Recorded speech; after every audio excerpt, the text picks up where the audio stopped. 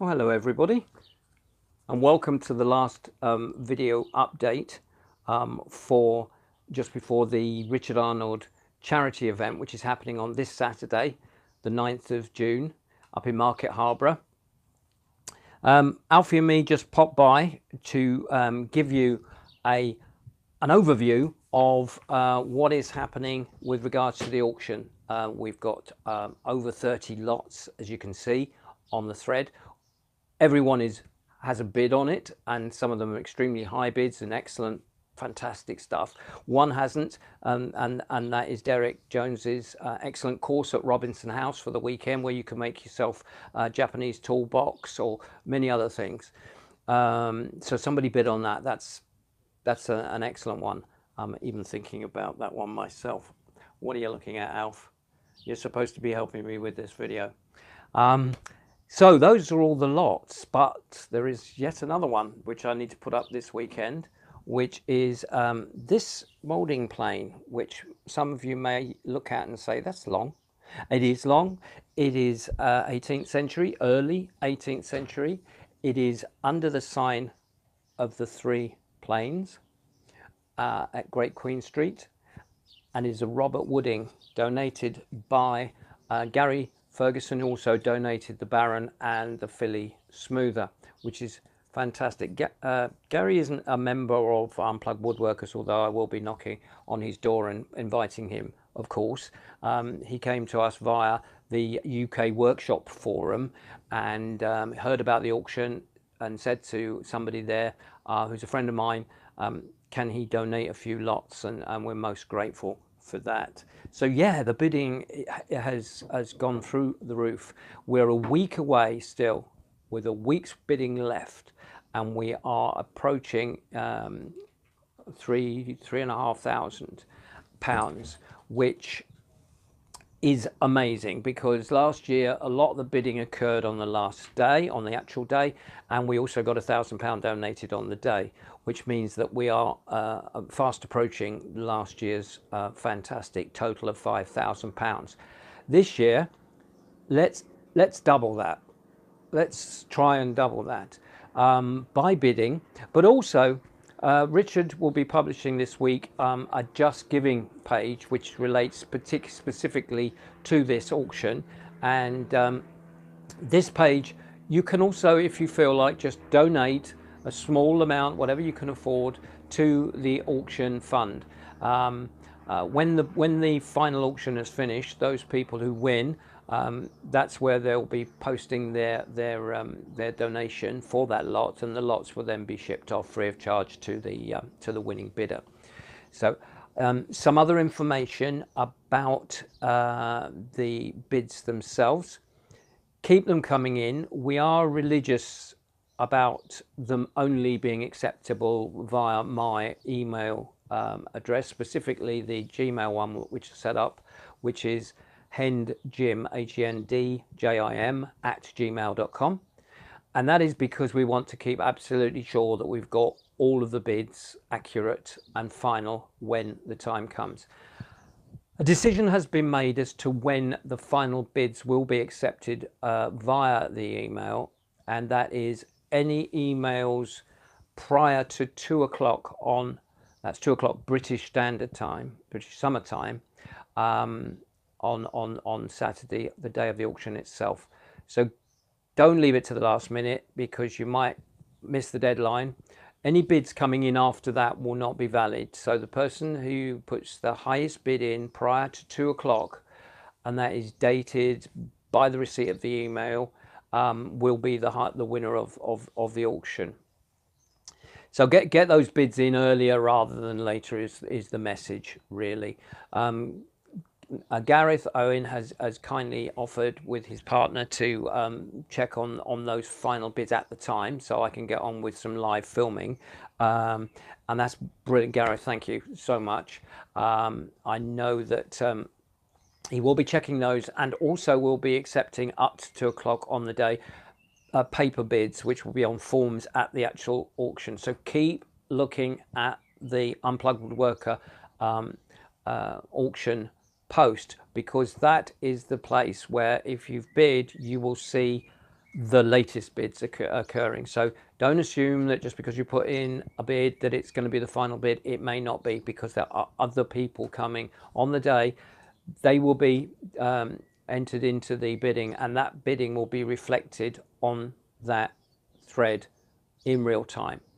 So up to 2 o'clock, the bids you see there will be the latest bid. After 2 o'clock, we will put a note in the post itself to say bidding is now closed. Those will be the final bids, and you will be able to see your bidder number and see if you are the winning bidder. That's the bids. During the day, in the early part of the day, so that will be from 10 o'clock British Standard Time, we will be attempting to do some live interviews. The plans that I've got, come here Alfie, wandering around, come on, up here, not that way, oh yeah, that way, right through the equipment, yeah, go on, go, yep, what do you mean you can't get past, go, go, go.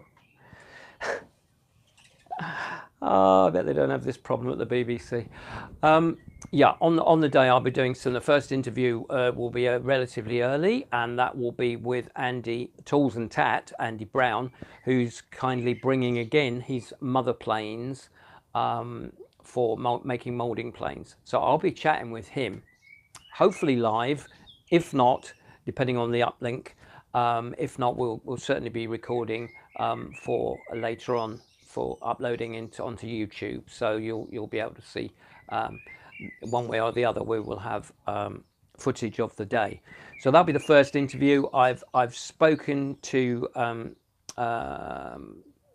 Shane, who said he would also like to chat about the Mallard saw, which is his beautiful, his latest, well, one of his latest beautiful saws, and also the very latest range of saws that Skelton saws are creating, which are exact reproductions of the back saws within the seat and chest by Kenyon.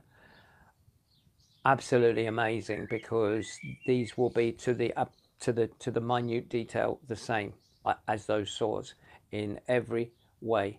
I think he has a certain amount of artistic license into the connection of the back into the handle for strength. So it's actually an improvement on the beautiful Kenyon 18th century saws. So I've got my eye on one of those.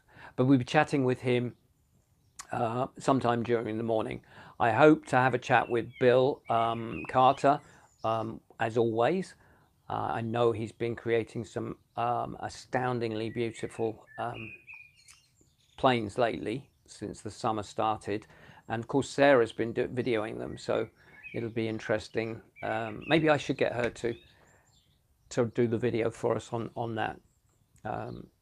Helen Welsh from the London Furniture School has offered to do some of the work with the videoing, so that's brilliant.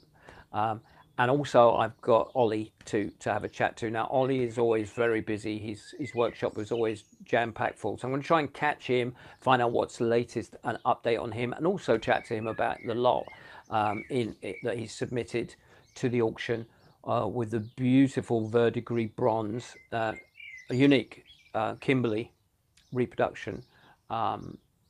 And again, that should be sometime in early part of the morning, because the afternoon I want to just reserve for having a look around myself and also completing and finishing the day with the auction.